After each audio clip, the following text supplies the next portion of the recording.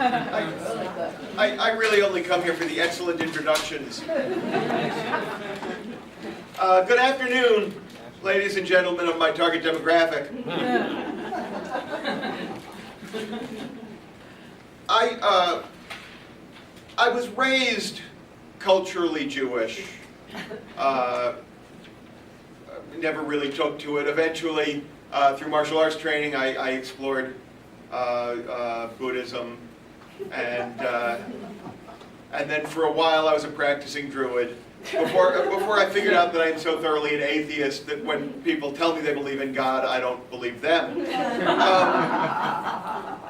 And then I took a deep interest in astrophysics.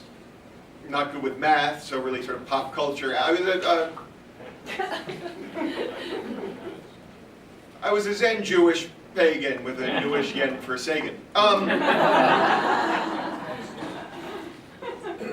Jesus, that's a lot of machinery to get to a stupid little rhyme. I sort of marched you down the trail of tears to get you to the stupid. In any case, during the span that I was a practicing Druid, I had sanctified, stay with the group, a small grove in a park in Studio City, where I would go for ritual observances alone. In the early 90s, on Halloween evening, I felt I should observe. So at midnight, I drove out of the house to this park. I parked across the street from my grove.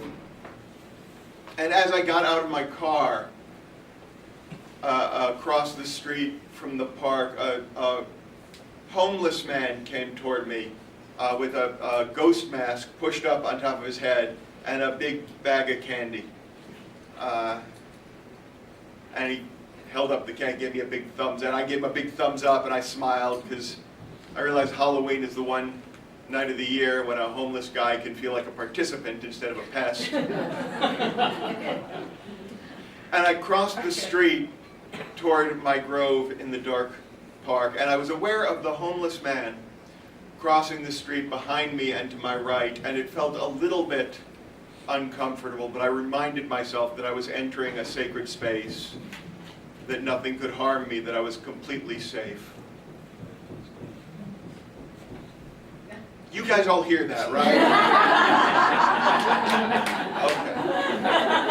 I need to check, because at my age, at any moment, I could just be having a stroke and pretending everything's fine while I go on with the story, and there's a thumping, and you don't know what's happening. I moved into the grove, homeless guy behind me to my right. He sat down at the base of one of the trees to eat his collected candy. I began my ritual observance, which really, my ritual observance was just that I would move from tree to tree in my grove and put my hands against each one and ask them for wisdom. And they would stand there because they're trees.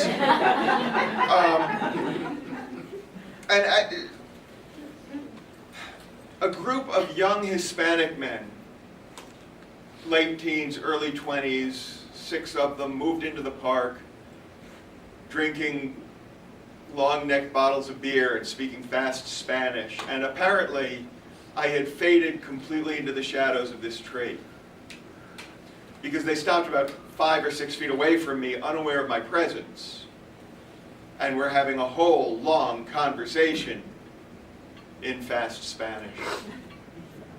And I didn't want to be eavesdropping on them when they had a fairly reasonable expectation of privacy.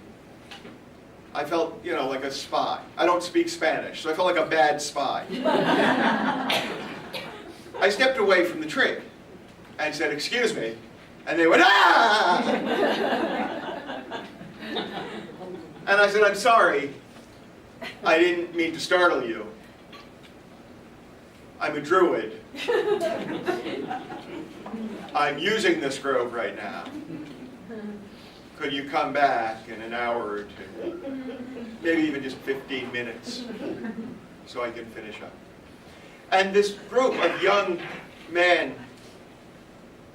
tougher looking than I, younger than I, moved into sort of a loose semicircle around me, took up what may or may not have been a threatening position, and one of them stepped forward into an assumed position of leadership and said in what may or may not have been a threatening tone, "Excuse me, what did you just say to us?" And I remembered an event that had transpired many years earlier in very vivid detail. I had gone to hear my sister speak in New York City at Columbia University a long time. Reagan was president, though he did not know it at the time. Do not groan. Do not. I watched my grandmother slowly give in to dementia, and she is the woman who said to me, "Dylan, do not worry. Do not be afraid. We are Jews. We do not believe in tragedy. We believe in horror, atrocity, and injustice, and we recognize them all as hilarious."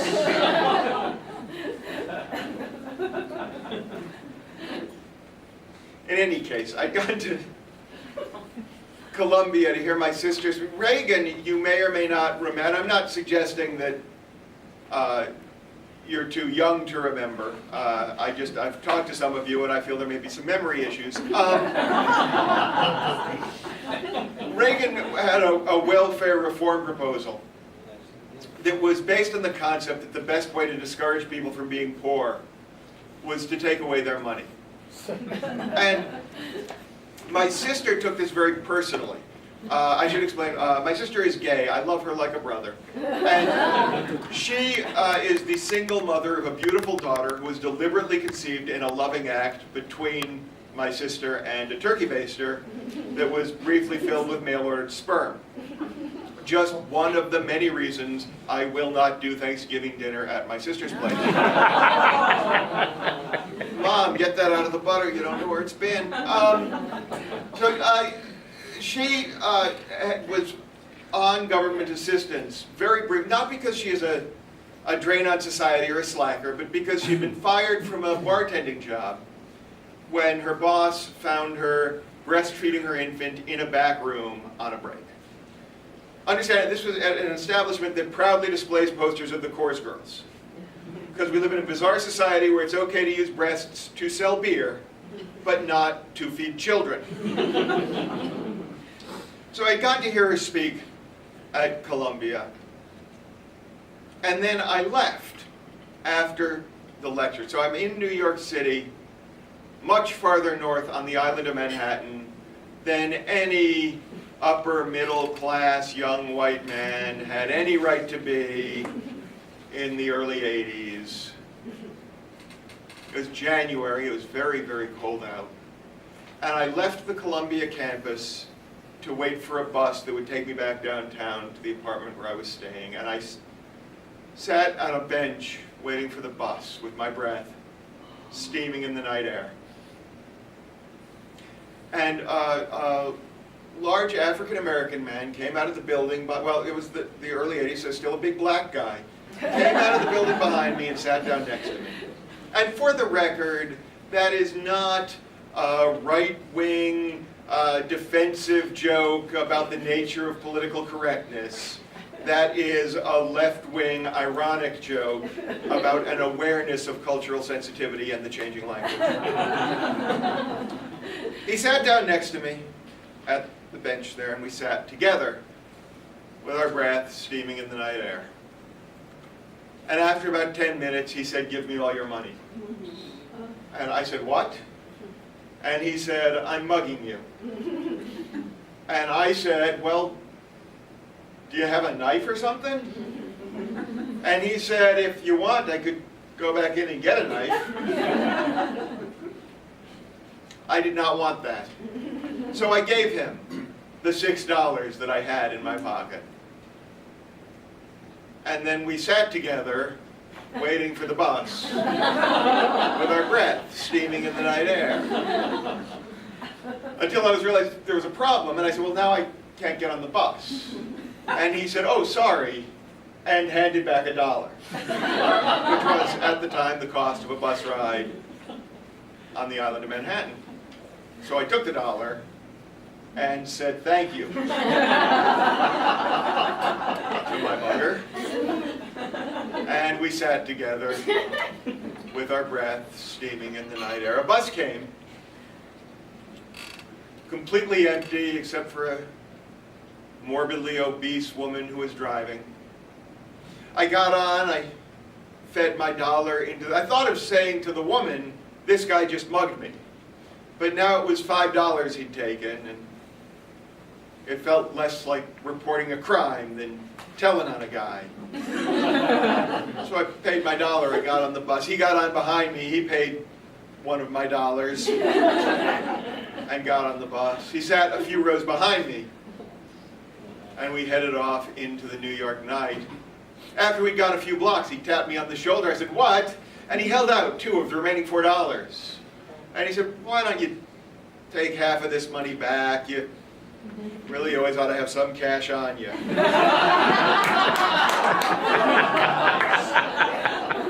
that seemed sensible. I took the $2. Again, I said, thank you to my mugger.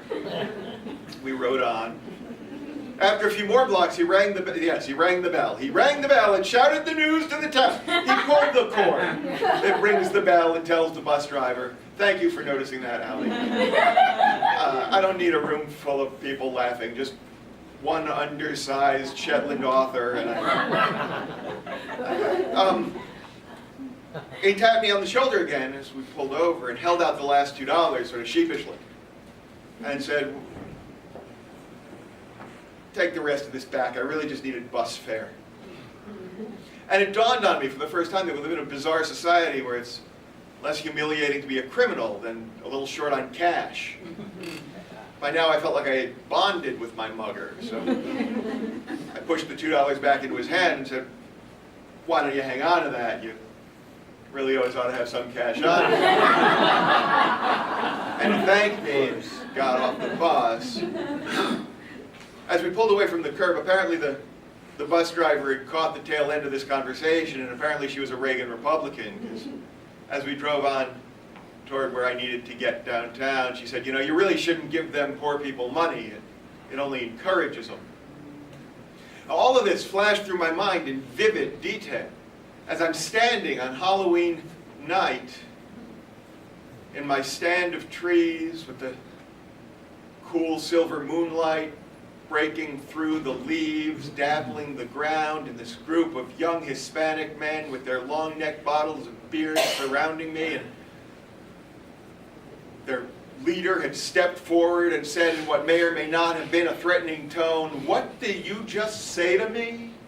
And while I tried to think of some answer that might diffuse the circumstance and release us all of the responsibility for this testosterone-charged exchange, the homeless guy stood up behind them and said, he said, and they all spun around and went, oh, Jesus! And he said, we're Druids. We're using this grove. Could you give us another 15 minutes or so? The young men looked at one another. And the one who had taken up a position of leadership said, so, yeah, okay, like 12:15, 12:30? And I said, that'd be great, thank you. And he said, all right. And they walked off together into the park, drinking their beer. And the homeless guy gave me a thumbs up and a smile, because he'd been a participant instead of a past. I gave him a thumbs up and a smile as he sat back down to finish his dinner. And I went back to greeting the tree, and I thanked him for giving me a safe space where nothing could harm me. And apparently the shadows had swallowed us both up entirely, because as they moved off into the darkness, one of the young Hispanic men turned around and looked back and said, whoa, where did they go? And how many do you think there were?